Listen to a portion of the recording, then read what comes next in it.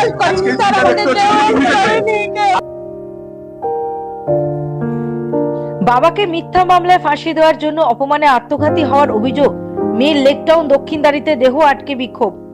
কালীপুজোর রাতে বাজি ফাটানোকে কেন্দ্র করে উত্তেজনার পাশেই এক পরিবারের সঙ্গে অশান্তি, কিন্তু সেই পরিবারের পক্ষ থেকে থানায় গিয়ে অভিযোগ করেছিল শ্লীলতাহানি।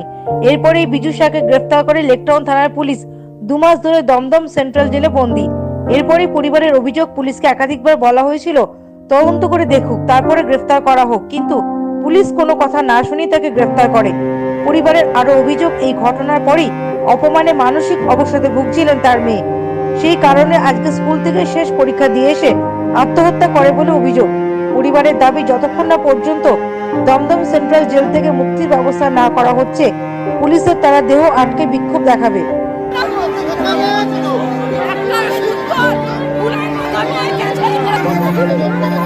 যখন লেকটাউন থানার বিশাল পুলিশ বাহিনী দেহ উদ্ধার করতে যায়, তখন আরো উত্তেজনা পরিস্থিতি তৈরি হয়। পুলিশকে ঘিরে বিক্ষোভ দেখানো হয়।